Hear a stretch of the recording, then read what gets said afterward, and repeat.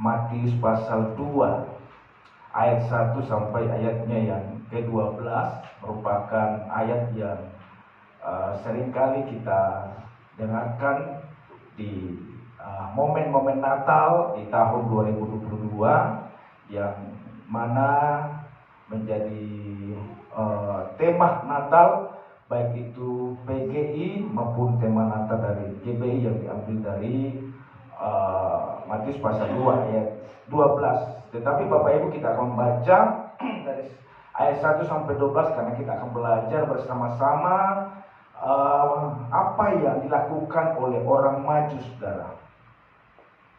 Mari saya mengajak kita untuk membaca Alkitab kita. Tentunya sangat baik, enak kalau membacanya dari handphone karena ada cahayanya. Kalau Alkitab agak susah karena lampunya lagi remang-remang, saudara ya. Ya, saya bacakan buat kita sekalian atau supaya kita semua aktif. Saya akan baca di ayat yang pertama dan kemudian Bapak Ibu ayat kedua, demikian selanjutnya. Orang-orang Majus dari timur.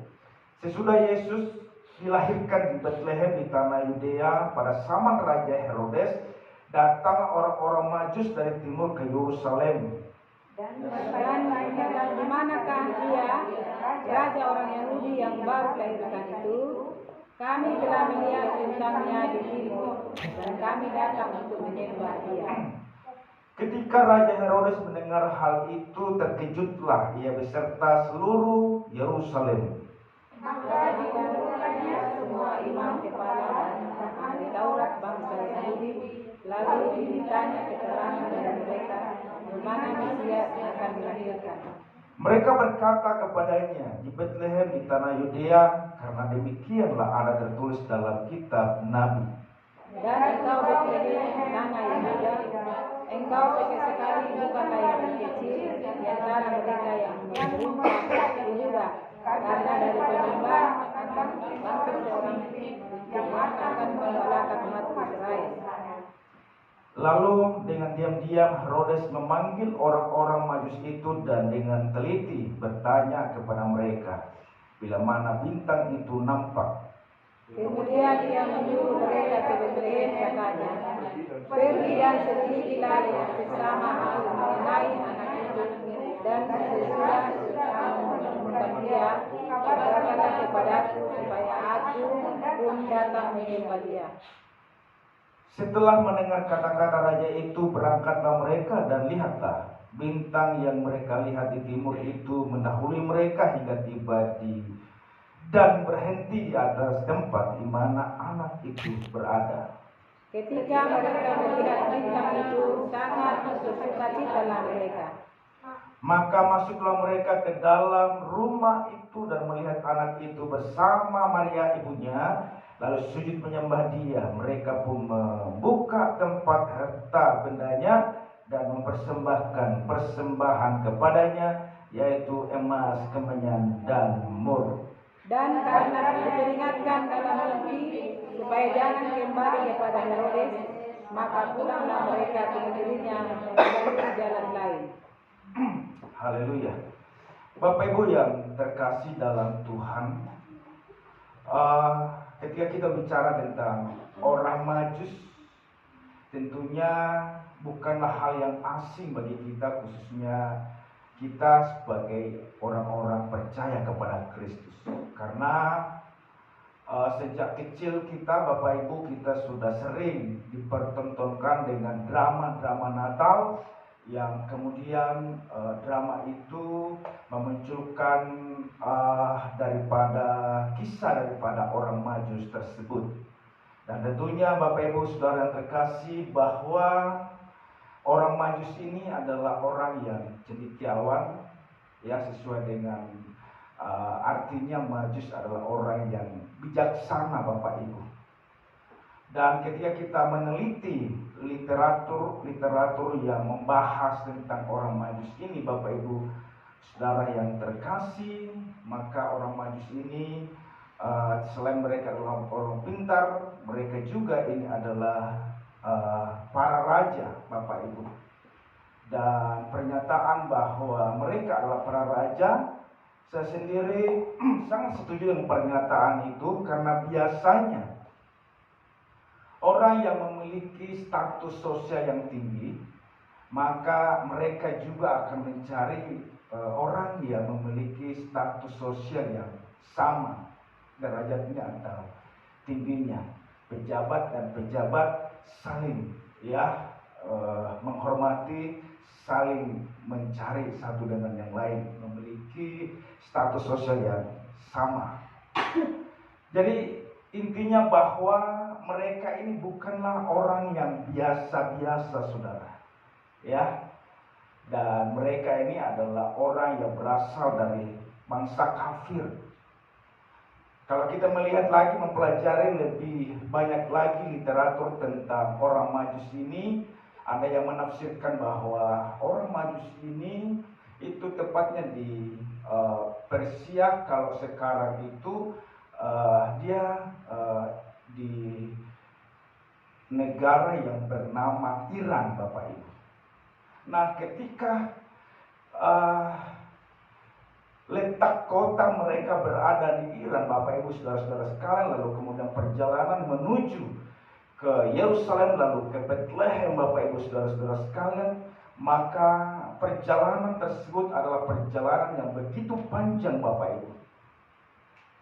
Mereka harus melewati Irak, Syria, Saudi Arabia, bahkan melewati Yordan, dan sungai Yordan yang begitu panjang dan lebar. Dan tidak hanya itu, mereka harus melewati padang gurun yang berbatu-batu, dan tentunya tidak terlepas dari panasnya terik matahari, Bapak Ibu saudara-saudara sekalian. Jadi kita melihat bahwa mereka ini adalah orang yang memiliki satu kerinduan yang begitu besar, saudara. Ya, satu kerinduan yang begitu besar. Kerinduannya adalah berjumpa dengan siapa, saudara? Berjumpa dengan bayi Tuhan Yesus, saudara, dikasih Tuhan. Nah, saudara, kalau kita mengupas tentang orang Majus ini, tidak cukup waktu ketika kita berbicara tentang orang Majus, Bapak Ibu, karena banyak hal yang bisa kita pelajari dari kisah daripada orang Majus itu, yang kemudian kita bisa mengimplementasikan dalam kehidupan nyata kita sebagai orang-orang percaya. Tetapi berapa hal penting yang saya catat, kiranya ini menjadi bahan evaluasi bagi kita, di mana kita sudah melewati tahun 2022 dan sekaligus menjadi bekal bagi kita untuk menjalani tahun 2023, Bapak Ibu saudara-saudara sekalian. Sehingga saya ingin menekankan, Bapak Ibu, bahwa orang Majus pantas untuk kita teladani, Bapak Ibu. Ya, orang Majus pantas untuk kita tiru. Bagaimana mereka merespon, bagaimana sikap mereka yang benar-benar memiliki satu kerinduan yang begitu besar untuk berjumpa dengan Yesus, saudara. Maka, saudaraku dikasih Tuhan, saya ingin menyampaikan kepada kita di dalam tutup tahun, ya, di tahun 2023 ini, pelajaran penting yang bisa kita dapatkan dari orang Majus tersebut, saudara. Maka yang pertama, Bapak Ibu saudaraku yang terkasih, saya langsung saja untuk membawa kita kepada poin-poin tersebut, ya. Yang pertama, ya, belajar dari orang Majus ialah bahwa mereka adalah orang-orang yang fokus pada tujuan mereka, saudara. Sekali lagi, bahwa mereka adalah orang-orang yang fokus pada tujuan mereka. Saudara, sekali lagi bahwa ketika mereka berangkat dari negerinya, ya, yang boleh saya katakan tadi, negeri yang begitu jauh untuk menuju ke Yerusalem dan Bethlehem, itu mungkin bisa ditempuh dalam waktu yang cukup lama, Bapak Ibu saudara-saudara terkasih.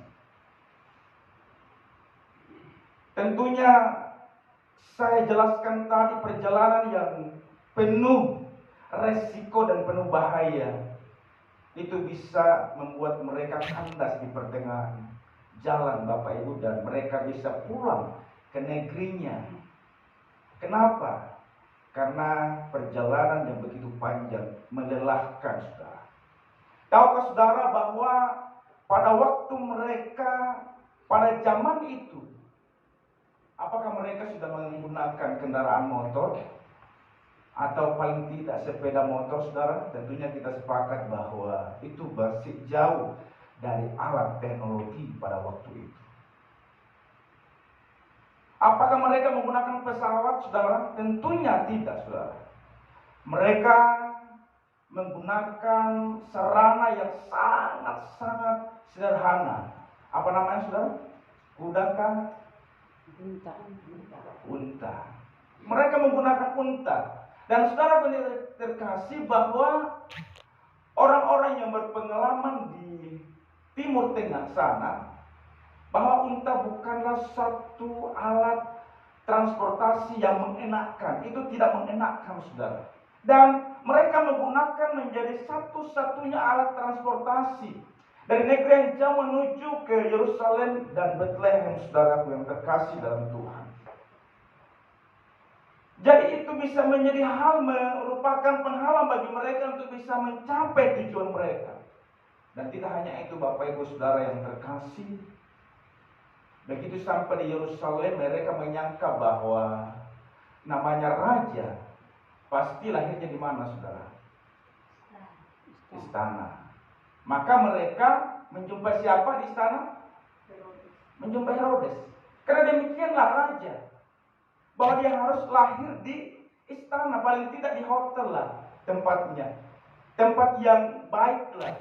Mereka menyangka, mereka punya paradigma dan tentunya manusiawinya mereka pastinya berpikir bahwa lahirnya di istana. Tapi kemudian ketika berjumpa dengan Herodes, ternyata tidak lahir di istana, saudara. Ya kan? Tentunya itu bisa juga menjadi satu penghalang bagi mereka untuk kembali ke negerinya. Kemudian tidak hanya itu, Bapak Ibu Saudara-saudara terkasih, ketika sampai ke tempat di mana mereka tuju, di saat bintang itu memimpin mereka, di atasnya bintang, Bapak Ibu Saudara-saudara sekalian, ketika bintang berhenti dan di bawahnya ada tempat yang sangat sederhana di mana Yesus dibaringkan. Ketika kita berbicara tentang hal ini, tentunya banyak pemahaman, banyak versi, saudara. Ada yang mengatakan bahwa orang Majus itu bukan lagi menemukan Yesus di kandang, ya, tetapi menemukan Yesus di mana? Di rumah, ya. Ada juga yang masih berpendapat bahwa Yesus itu masih ada dalam palungan, didapati oleh orang Majus, ya. Tetapi kayaknya saya lebih cenderung bahwa Yesus masih ada di dalam kandang Bethlehem, kandang domba itu, saudara. Kenapa? Karena ketika Yusuf dan Maria pergi ke Bethlehem, dari Yudea ke Bethlehem, Bapak Ibu Saudara-saudara sekalian, itu 150 kilo perjalanan, dan itu ditempuh kurang lebih normalnya itu 5 hari. Tetapi kondisi daripada Maria pada waktu itu lagi hamil tua, sehingga diperkirakan itu 1 minggu baru sampai dari Yudea menuju ke Bethlehem. Jadi 1 minggu perjalanan. Sampai di sana karena ini adalah sensus pendaftaran untuk orang-orang Yahudi di seluruh dunia pada waktu itu. Tentunya ada banyak orang dan tidak ada penginapan. Orang antri kapan mereka dapat kesempatan untuk dapat sensus, saudara pendekar Tuhan. Pada saat itu, saudara, tentunya bahwa masih membutuhkan waktu yang cukup lama di kandang itu karena penginapan masih banyak, butuh antri. Lalu kemudian mereka tidak mungkin langsung pulang ke kediaman daripada Yusuf dan Maria karena lagi habis melahirkan, tentunya dia butuh istirahat. Sehingga saya sependapat ketika bahwa mereka masih ada di dalam kandang domba. Tetapi apapun pendapat itu Bapak Ibu Saudara-saudara sekalian, tidak ada yang salah karena tidak terlalu jelas ditulis dalam Alkitab. Nah, ketika kita sepakat bahwa dia masih di dalam kandang yang kumuh itu Bapak Ibu Saudaraku, tentunya kita punya pemahaman tentang kandang itu. Betul Saudara ya? Tentunya kita tahu bahwa kandang itu seperti apa. Ya barangkali ketika Yusuf dan Maria masuk, saya percaya bahwa kandang itu diperbaikilah. Ada orang-orang yang akan membawakan dinding dan lain sebagainya untuk tempat mereka beristirahat habis melahirkan Bapak Ibu. Nah, saya percaya bahwa ini adalah bagian yang bisa menjadi tantangan bagi orang Majus itu Bapak Ibu Saudara-saudara sekalian. Bahwa ketika mereka tidak menemukan Yesus di satu tempat yang mewah, ya. Lalu kemudian terus dituntun oleh bintang itu di tempat yang tidak pantas, saudaraku dikasih Tuhan. Tidak layak seorang raja. Raja Yahudi lah katakanlah. Lahir di kandang, saudara. Nah, saya percaya juga bahwa ketika mereka orang Majus ini pasti bertanya-bertanya, siapa gerangan Yesus itu, dari keturunan mana? Yang jelas memang dia keturunan Daud Bapak Ibu. Tetapi lebih lagi Yusuf ini dikenal seorang tukang kayu, saudara. Bisa jadi Bapak Ibu Saudara-saudara terkasih bahwa orang Majus ini kecewa dengan situasi itu. Lalu kemudian mereka berbalik arah. Ternyata kita salah alamat Bapak Ibu. Tapi sekali lagi, bahwa mereka tidak dipengaruhi apa yang mereka lihat, saudara. Tetapi mereka yakin, saya yakin-yakinnya.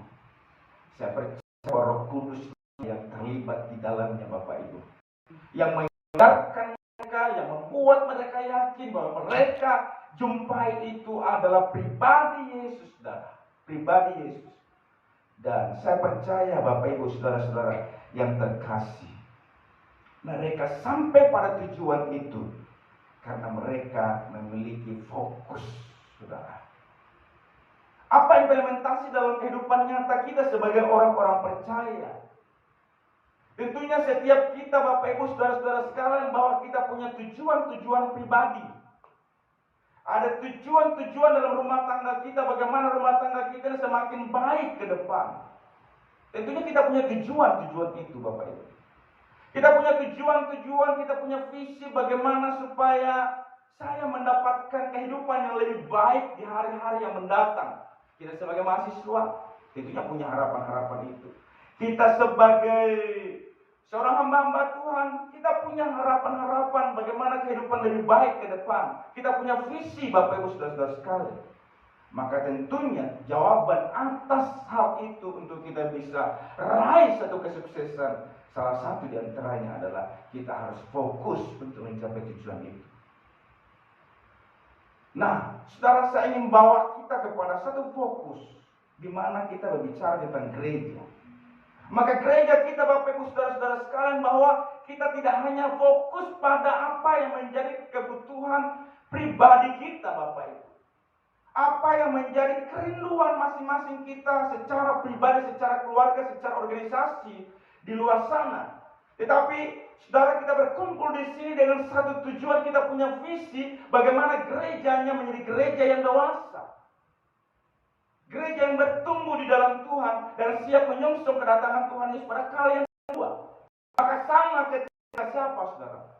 Ketika orang Majus, satu-satunya kerinduan mereka yang tidak bisa dibelokkan dan tidak bisa surut sama sekali ketika ia kemudian berjumpa dengan bayi Yesus.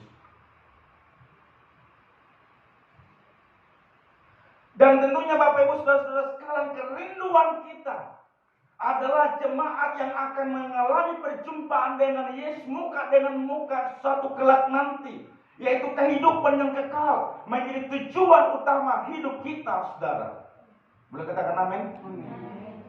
Sehingga selama ini Bapak Ibu Saudara-saudara sekalian di tahun 2022 kita lewati, maka kita belajar bagaimana kita fokus supaya kehidupan kita masuk dalam satu kekekalan. Saudara, ketika kita bicara tentang kekekalan bukan berarti bahwa kita tidak bekerja lagi di dunia nyata sekarang, di sekuler, Bapak Ibu Saudara-saudara sekalian. Tidak demikian maksudnya. Tetapi di dunia nyata di mana kita bekerja, semuanya harus berorientasi kepada apa? Kepada kekekalan. Ketika engkau bekerja di satu tempat, semua berorientasi kepada kekekalan, saudara. Sehingga ketika engkau ada di tempat kerja itu, engkau harus jadi pendeta di sana, seorang hamba Tuhan di sana, saudara. Sebagai anak-anak Tuhan, Gereja Betel Indonesia yang namanya pelita tidak hanya bersinar di tempat ini, tapi ketika ada di tempat di mana engkau bekerja sebagai guru, sebagai dosen, sebagai petani, sebagai mahasiswa, maka engkau hadir di sana menunjukkan pelita itu. Boleh katakan amin? Itulah menjadi fokus kita, saudara. Ini poin yang penting bagi saya dan saudara. Masuk tahun depan, saudara, 2023, lebih kita pertajam, perkuat apa menjadi visi, apa menjadi tujuan kita, saudara. Ya. Tetapi tidak kemudian juga karena kita fokus pada tujuan-tujuan itu, kita hanya taunya berdoa menyembah Tuhan, lalu kita lupa berinteraksi dengan sesama, kita lupa bekerja, saudara. Saya ingat dan saya kenal teman saya, Bapak Ibu Saudara-saudara sekalian.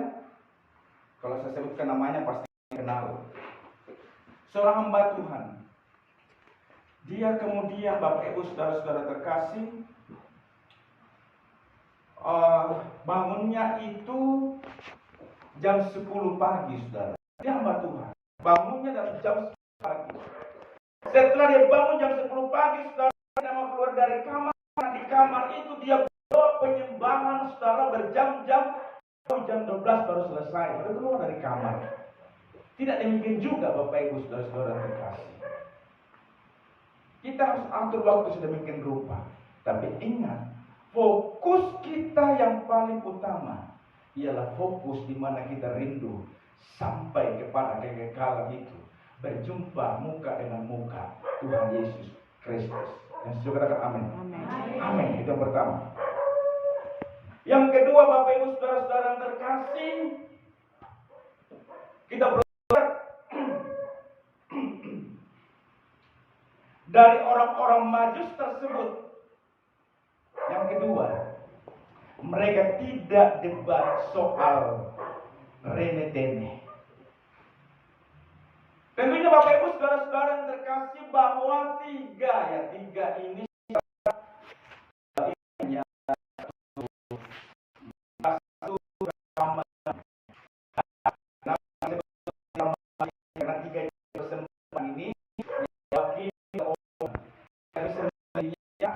bisa saja lebih pada tiga. Mungkin orang ini tidak punya awal, saudara. Ya, tapi tiga jenis persembahan seringkali kita menyebutkan ada tiga. Karena mereka orang majunis adalah orang-orang, saya katakan tadi, adalah para raja, orang bijaksana, orang pintar, cendekia. Peringkat itu pada diri mereka.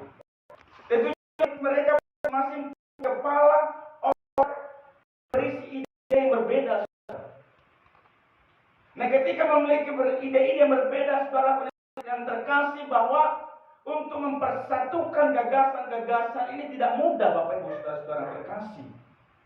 Dalam rumah tangga, ketika kita ingin memutuskan melakukan sesuatu, belum tentu, saudara, dikasih Tuhan kita sepakat dengan istri kita sepakat dengan suami kita sepakat dengan anak-anak kita. Seringkali ada banyak ide-ide yang muncul yang kemudian kita tidak bisa lagi mencapai pada tujuan. Apa menjadi tujuan kita?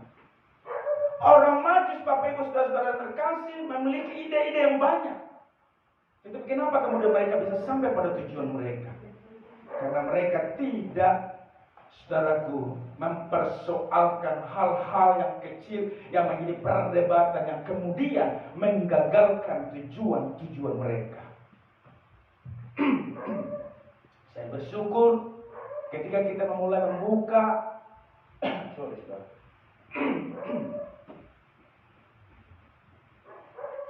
Ketika kemudian kita membuka gereja ini, saudara, maka tidak pernah ada perdebatan yang menghalangi apa menjadi tujuan gereja Tuhan di tempat ini. Maka saya percaya juga Bapak Ibu saudara-saudara terkasih,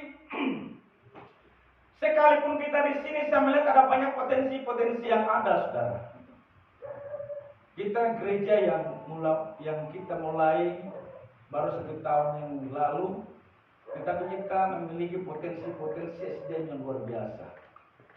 Nah, potensi SDM ini, saudara, masing-masing punya cara berpikir yang pasti berbeda-beda. Apalagi kita ini memiliki latar belakang pendidikan teologi yang berbeda-beda juga.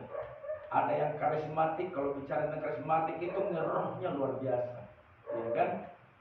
Ada yang injili, ya kita dipertemukan dari pendidikan yang berbeda. Tapi saya bersyukur bahwa kita tidak menemukan hal-hal yang sepele yang merupakan perdebatan bagi kita, yang membuat gereja Tuhan bisa mengalami halangan dan lain sebagainya. Nah, kita rindu Bapak Ibu saudara-saudara yang terkasih, masuk di tahun 2023 ini, maka gagasan-gagasan yang ada, kita adalah orang-orang bijaksana, kita adalah orang-orang cendekiawan, saudara, kita adalah orang-orang berpendidikan, Bapak Ibu saudara-saudara sekalian, maka segenap kekuatan yang ada dalam diri kita, pikiran kita, mari kita lakukan yang terbaik, saudara, dengan mengesampingkan hal-hal yang merupakan perbedaan itu. Bukan berarti bahwa perbedaan tidak ada, pasti ada, saudara. Tetapi bukan perbedaan itu membuat kita berada dalam situasi itu, lalu kemudian kita bubar dan tidak lagi melakukan apa-apa. Perbedaan itu, saudaraku dikasih Tuhan, adalah satu hal yang wajar ada, satu hal yang sangat baik Bapak Ibu, untuk kita saling melengkapi satu dengan yang lain. Sehingga saya rindu kita sebagai hamba-hamba Tuhan, kita yang punya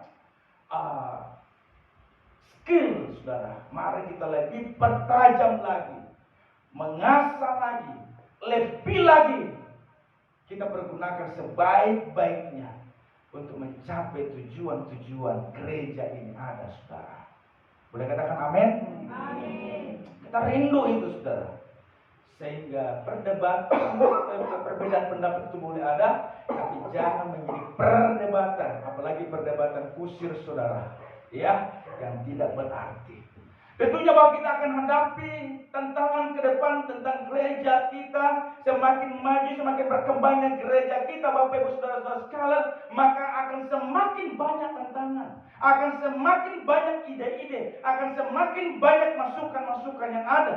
Tapi ingat, jangan sampai kita terbawa arus, kita terus terkungkung di dalam perdebatan yang tidak penting, saudara.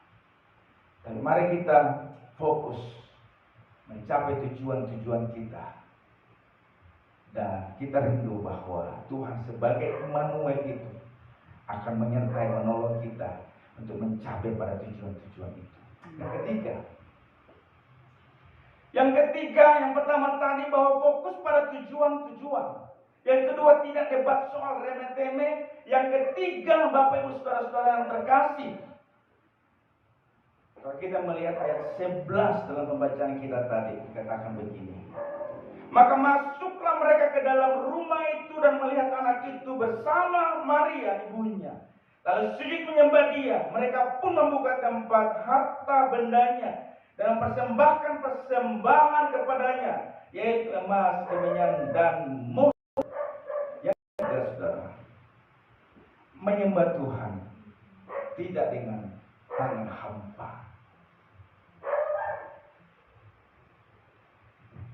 Saudara dikasih Tuhan, ketika orang Majus ini berangkat dari tempatnya, ternyata mereka sudah mempersiapkan apa yang mesti diberikan sebagai bentuk penyembahan, sebagai bentuk pengorbanan yang akan diberikan kepada bayi Yesus, saudara. Mereka sudah mempersiapkan di rumah mereka, di tempat mereka, saudara. Dan ketika sampai pada Yesus, mereka tersungkur menyembah. Tersungkur menyembah ini, saudara, ada juga beberapa pemahaman di dalamnya. Ada yang mengatakan bahwa mereka hanya menyembah itu sebagai bentuk penghormatan karena sesama raja. Jadi mereka tidak percaya kepada Yesus sebenarnya. Itu ada pendapat yang mengatakan demikian. Terserah pendapat seperti itu. Jika mereka membuka upeti dan memberikan kepada bayi Yesus itu dalam bentuk satu kebiasaan, saja memberi upeti. Ya, pendapat begitu. Tapi saya itu tahu dari apa yang saya maknai bahwa mereka datang benar karena Roh Kudus yang bekerja, bintang yang menuntun mereka. Untuk apa? Untuk datang menyembah bayi Yesus, saudara. Menyembah bayi Yesus itu bukan karena dia raja saja, tetapi benar-benar bahwa dia pantas. Kenapa? Karena dia adalah Mesias yang mana dia menjadi manusia untuk menjadi juru selamat manusia. Tidak hanya untuk bangsa Yahudi, tetapi semua orang percaya kepadanya. Saya percaya itu poinnya, saudara. Dan ketika mereka menyembah Tuhan, mereka tidak hanya menyembah, tetapi mereka mempersembahkan yang terbaik. Ada 3 jenis persembahan mereka. Yang pertama, saudara, emas, apalagi? Dan mur. Ini ada, bisa kita ungkap lagi, tapi tidak cukup waktu, saudara. Bagaimana dengan kita, Bapak Ibu, saudara-saudara yang terkasih? Makanya seringkali saya kumandangkan Bapak Ibu bahwa dalam momen Natal, ketika ada banyak orang yang berani berkorban, ya, untuk suksesnya Natal atau di momen-momen Natal ini, Bapak Ibu, saudara-saudara terkasih, saya percaya karena ini ada keteladanan dari orang-orang maju, saudara, yang mau mempersembahkan seluruhnya hidup mereka bagi Tuhan. Dan tahukah saudara, saya belajar dari hal ini. Ketika mereka mempersembahkan yang terbaik, biasanya dan Alkitabiah, saudara, di mana hartamu berada, di mana hartamu berada, maka di situ hatimu berada. Semestinya ketika mereka persembahkan, saudaraku, maka di situ hatinya berada. Tetapi orang Majus itu, Bapak Ibu, saudara-saudara terkasih, ketika mendapatkan peringatan untuk tidak lagi melalui jalan lain, tapi tidak lagi melalui jalan lama, tapi melalui jalan lain. Artinya bahwa yang dirubah adalah rute perjalanan mereka. Dan ketika mereka memberi persembahan itu, mereka balik, saudara. Balik. Tidak kemudian mereka tengok lagi, persembahan yang tadi kau bikin apa? Tidak ada cerita ditemukan kemudian bahwa orang Majus ini memprotes. Persembahannya dibikin apa sama Yusuf dan Maria? Begitu dia beri, saudara, yang terbaik. Tidak ini, saudara. Dari jauh mereka bawa. Mereka balik, saudara. Dia tidak kemudian bertanya, saya kan sudah memberi perpuluhan, kau apakan itu perpuluhan saya? Saya sudah beri yang terbaik bagi Tuhan, kau apakan itu? Dia tidak tengok lagi. Saudara, ini perlu kita kaji dan kita renungkan dan kita aplikasikan dalam kehidupan nyata kita, saudara. Sehingga di tahun 2023 ini, saudaraku yang dikasihi Tuhan, adalah tahun di mana kita akan memperbaiki penyembahan kita kepada Tuhan, sekaligus korban kita kepada Tuhan. Yang setuju katakan amin. Saudara, orang Majus, orang kafir yang tidak mengenal Tuhan, ketika berjumpa dengan Tuhan, maka paradigma mereka, tindakan dan keputusan mereka berubah seketika. Dan mestinya, saudara, ketika kita sudah mengalami perjumpaan dengan Yesus, maka hidup kita juga harus diubah. Maka kita akan memiliki penyembahan yang benar, sekaligus ada satu pengorbanan yang kita mau lakukan, buktikan sebagai buah daripada iman kita, saudara. Nah, saudara yang terkasih, masih di poin 3, Bapak Ibu, tinggal sedikit. Ini kan malam 1 tahun, saudara, jadi tidak apa-apa, tidak banyak waktunya, toh. Apa yang harus kita korbankan, belajar dari konteks ini, saudara, dari orang Majus ini, dalam implementasinya kita, sebagai anak-anak Tuhan. Yang pertama, kita belajar mempersembahkan, mengorbankan perasaan kita, saudara. Saya percaya bahwa orang Majus ini juga ada perdebatan, saudara, pada kasih Tuhan. Dan bisa saja ada yang tersinggung dalam perdebatan itu, dalam diskusi-diskusi mereka dalam perjalanan.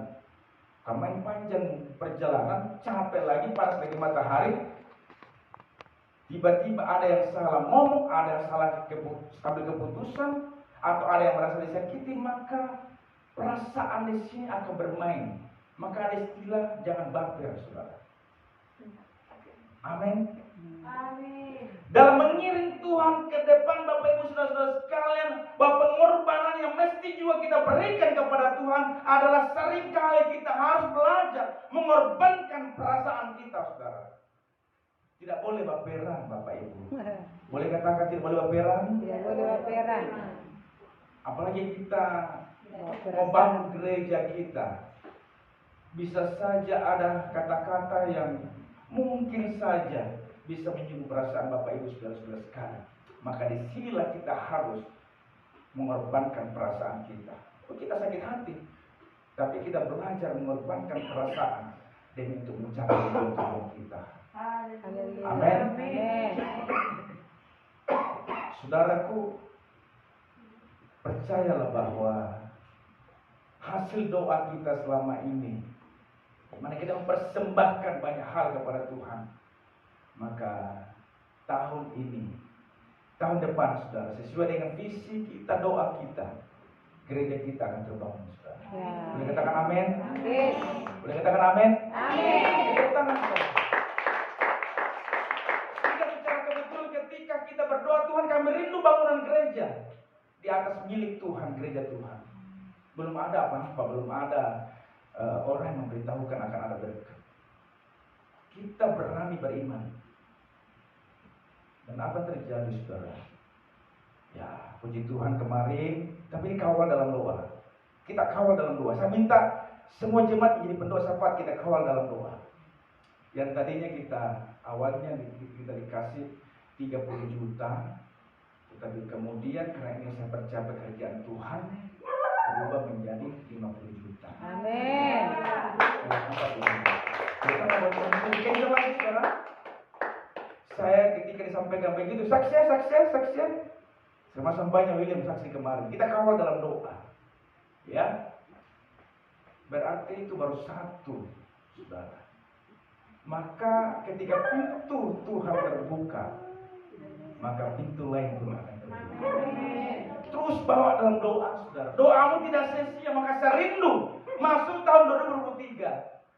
Saudara harus ada pendoa-pendoa syafaat, saudara. Bunda, nenek Lean harus jadi pendoa syafaat. Kakek. Ya, siapapun di antara kita. Kita yang tidak bisa lagi tampil di depan, dan jadilah pendoa syafaat di kawanmu. Tidak dilihat oleh gembala, tidak dilihat orang lain, tapi Tuhan yang melihat. Amin. Saya rindu ada bangkit pendoa-pendoa syafaat itu, saudara. Siapapun. Ya, jadilah pendoa syafaat, doakan itu, saudara. Saya percaya ini adalah langkah awal, saudara. Dan kita melihat satu peristiwa-peristiwa belakangan, apa yang kita doakan, apa yang kita impikan atas gereja ini, Tuhan jawab. Dan kita percaya tahun depan 2023 Tuhan akan menyatakannya. Ya. Amin, saudara ya. Doakan, saudara, doakan. Dan saya mengimani bahwa gereja Tuhan di tempat ini benar-benar akan menjadi pelita. Doakan supaya tanah-tanah yang kosong ini, saudara, akan banyak orang-orang yang percaya datang membeli rumah di sini. Amin. Maka saudaraku, ketika ketemu orang cari tanah, arahkan ke sini. Itu tindakan iman kita, saudara. Boleh katakan amin? Amin. Jangan beli dulu tanah di luar, saudara. Paling tidak arahkan ke sini. Kalau tidak mau, ya sudah, bagian kita selesai. Iya kan? Dan kalau ini sudah dikelilingi rumah-rumah orang-orang Kristen, saudara, gereja kita berdiri di sini. Wow. Dan saya percaya arah pembangunannya akan mengarah ke sini. Apalagi sekarang kan musim apa itu? Bencana. Orang selalu mencari uang, saudara. Doakan Dan kita lihat tanda-tandanya bahwa rujak Polda sudah dibangun dekat dengan kita, iya kan? Balai POM ada di depan kita sana. Kemudian apalagi 3 kampus ada di sekitar kita. Maka percayalah dalam beberapa waktu ke depan Tuhan akan lebih lagi buat itu. Mari kita doakan itu. Nah, mengorbankan perasaan, lalu kemudian kedua mengorbankan waktu, saudara. Orang Majus mengorbankan waktunya. Maka saya percaya Bapak Ibu saudara-saudara sekalian bahwa setiap kita masing-masing punya pekerjaan. Tapi berani tidak kita, saudara, kita berikan waktu kita sedikit atau banyak tergantung kerelaan kita untuk kita persembahkan untuk Tuhan. Boleh katakan amin, saudara? Di tahun 2023 saudara, kita mau memberi waktu yang berkualitas kepada Tuhan. Baik waktu penyembahan kita atau waktu memikirkan gereja kita supaya lebih maju dan berkembang, saudara. Maka kita mesti memberi waktu. Orang Majus memberikan waktu. Tidak tahu berapa lama perjalanan mereka persembahkan. Untuk apa? Satu kehendak mereka berjumpa dengan Yesus. Jadi berikan waktu kita, kualitas waktu kita. Yang ketiga, saudara pendengar Tuhan, mereka memberi tenaga mereka. Tenaga mereka perjalanan begitu panjang, saudara, mengeluarkan tenaga ngos-ngosan. Kalau kau capek atas pekerjaan Tuhan, maka upamu akan besar di surga. Amin. Engkau bekerja di ladangnya Tuhan, saudara, maka tidak akan pernah ada namanya sia-sia ketika engkau mengeluarkan keringatmu tuh untuk Tuhan. Tidak akan pernah sia-sia, percaya. Mungkin kita tidak mungkin langsung begitu lakukan, langsung besok dapat atau lusa dapat hasil daripada jerih payah kita. Tetapi ada saatnya kita menuai. Di saat kita pernah menabur. Saudara, untuk kita bisa menuai maka ada yang harus kita tabur, saudara. Ada banyak orang berkata, waduh, hebat sekali diberkati. Dia juga ingin diberkati seperti orang itu. Dia lupa bahwa mereka adalah orang-orang yang sudah menabur. Maka penting bagi kita, kalau kita juga ingin diberkati Tuhan, maka kita mesti belajar menabur. Saya bersyukur jemaat Tuhan di tempat ini. Ada jemaat yang dewasa dan sudah menabur bagi pekerjaan Tuhan. Boleh katakan amin? Amin. Bisa beri tepuk tangan bagi diri sendiri. Saudara, saya bangga sekali dengan jemaat Tuhan. Ya, berlomba-lomba dalam berkorban, baik berkorban waktu, berkorban harta dan lain sebagainya. Rumah ini juga adalah satu pengorbanan. Ya, banyak ini sudah dipaku-paku ini. Itu adalah bentuk pengorbanan, saudara. Saya percaya apa yang kita tabur, satu kelak kita akan menuainya. Apa yang kita korbankan, saudaraku? Yang pertama tadi perasaan, yang kedua waktu, yang ketiga adalah tenaga. Maka yang keempat apa, saudara? Boleh katakan, boleh kasih masukan, saudara, yang mana benar? Tadi perasaan, yang kedua waktu, yang ketiga tenaga, yang keempat apa? Harta, saudara. Harta kita juga bisa kita persembahkan seperti orang Majus. Berbicara tentang persembahan, Bapak Ibu saudara-saudara sekalian, selain persembahan tujuan dan roh kita, Tuhan juga bilang jangan datang kepada Tuhan dengan tangan apa? Tangan hampa, saudara. Jangan pernah datang kepada Tuhan dengan tangan hampa. Nah, kita belajar memberi yang terbaik. Saya ingin juga mengajarkan kepada jemaat. Pada saat kita berangkat dari rumah, tentunya persembahan kita sudah harus dipersiapkan, saudara. Ya. Kalau bisa, misalnya hari Minggu, kita ibadah berapa kali persembahan, maka kita sudah harus persiapkan persembahan. Bukan setelah habis semua persembahan kita, lalu kita cari mana nih receh-recehnya. Mana yang paling terkecil ini? Oh, masih ada ini. Tapi semestinya yang terbaik adalah kita sudah persiapkan di rumah kita, kita lipat baik-baik, kita beri. Bukan soal jumlahnya, saudara, tetapi bagaimana kita mempersiapkan persembahan itu. Tentunya sesuai dengan kemampuan kita. Tapi ada banyak gereja, ketika kita membuka persembahan hitung, saudara, itu persembahan lusuh, diremas-remas, saudara. Begitu, dimasukkan atau diremas-remas, saudaraku, kalau dimasukkan dalam persembahan. Semoga sebentar sudah tidak ada, saudara. Amin. Atau besok sudah tidak ada. Kita remas-remas, kenapa sih saudara diremas-remas itu uang? Untuk dipersembahkan bagi Tuhan, kita anggap biasa, saudara. Tapi tahu apa, saudara? Pada saat memberi kepada orang lain, kasih amplop, tahu betul enggak? Iya. Mau ada pesta, masukkan di amplop, berikan amplop. Yang baik. Tapi kenapa untuk Tuhan? Saudara jangan pernah berpikir yang persembahan itu manusia. Tapi yang kita mau beri ini adalah Tuhan, Raja dari segala raja. Masa sih kita beri persembahan lusuh? Belum lagi sudah keluar nolnya satu. Terbakar sama robek, saudara. Tapi hari ini sudah tidak ada, ya. Besok. Artinya paling tidak kalau masih ada yang lusuh-lusuh masuk ke kamar mandi, sebentar lipat-lipat yang baik. Belajar memberi yang terbaik dalam hal itu, saudara. Ya, masa sih orang maju saja memberi yang terbaik luar biasa, dan itu menjadi teladan bagi kita. Masa uang kita sudah itu 1000 lagi, kusuk apa lagi? Apa itu? Sudah diremas-remas lagi, saudara. Bukan soal jumlahnya, tapi kesiapan kita untuk memberi yang terbaik. Ya, saudara, jadi mempersembahkan juga harta kita untuk Tuhan. Maka yang keempat dari poin belajar dari orang maju, sedikit lagi, yaitu mereka adalah orang taat. Ketika mereka diperingatkan dalam mimpi,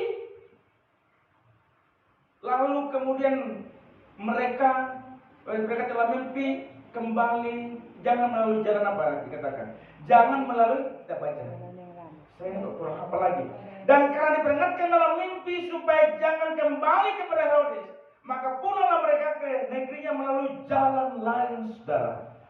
Saudara, menurut saudara, apakah mereka ini mimpi bareng atau masing-masing mereka mimpi, atau ada seorang di antara mereka satu orang mimpi?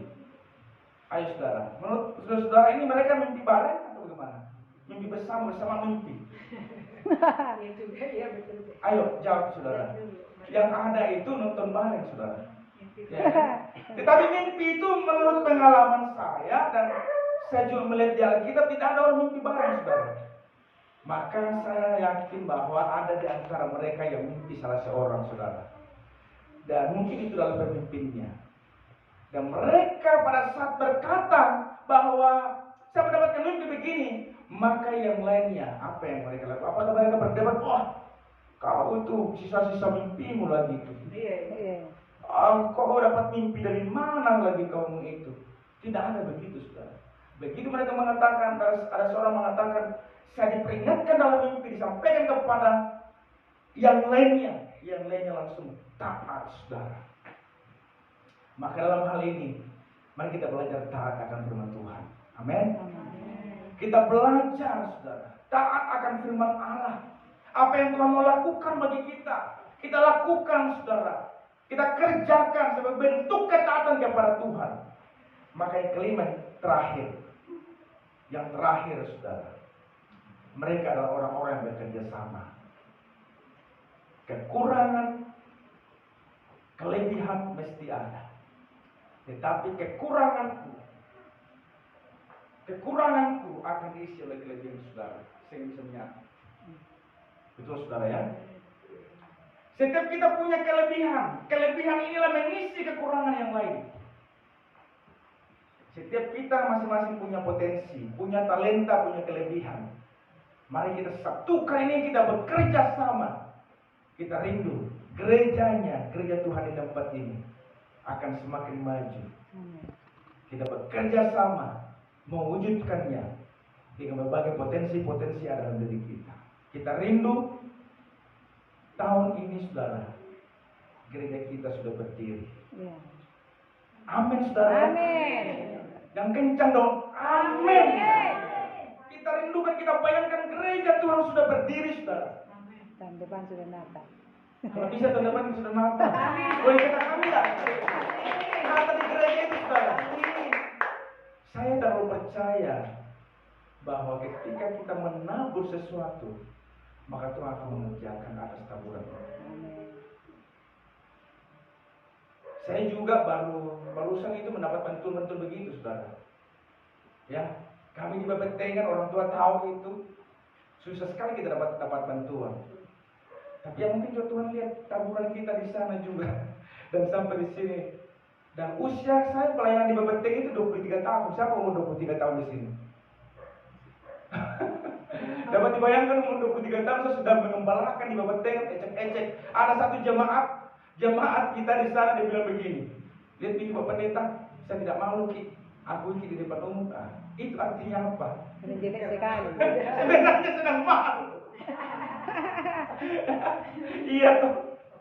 Tapi berusaha untuk tidak menyangkal gembalanya di depan banyak orang. Di usia 23 tahun sudah bisa kurus sekali, belatih lagi saudara. Belatih. Iya kan? Ya, puji Tuhan. Kita buka gereja ini saya sudah usia berapa ya? 21 ya? 21 kan? Iya. Ya. Puji Tuhan saudara. Maka kita harus bayangkan gereja kita, imani saudara, apa yang kita imani saudara. Maka tahun depan kita sudah bernatal di gereja ini. Amin. Kemuliaan bagi Tuhan Yesus. Iya, jadi mari kita belajar hari ini. Yang pertama, fokus pada Tuhan, tujuan-tujuan kita. Yang kedua, tidak debat soal hal yang kecil. Yang ketiga, menyembah Tuhan, tidak dengan tangan hampa. Dalam pengorbanan yang kita berikan kepada Tuhan ada 4. 1, perasaan. Yang kedua apa? Waktu. Yang ketiga apa? Tenaga. Yang keempat, harta kita. Yang keempat, belajar dari orang Majusi itu adalah taat. Yang ketiga, bekerja sama. Tuhan Yesus memberkati kita sekalian.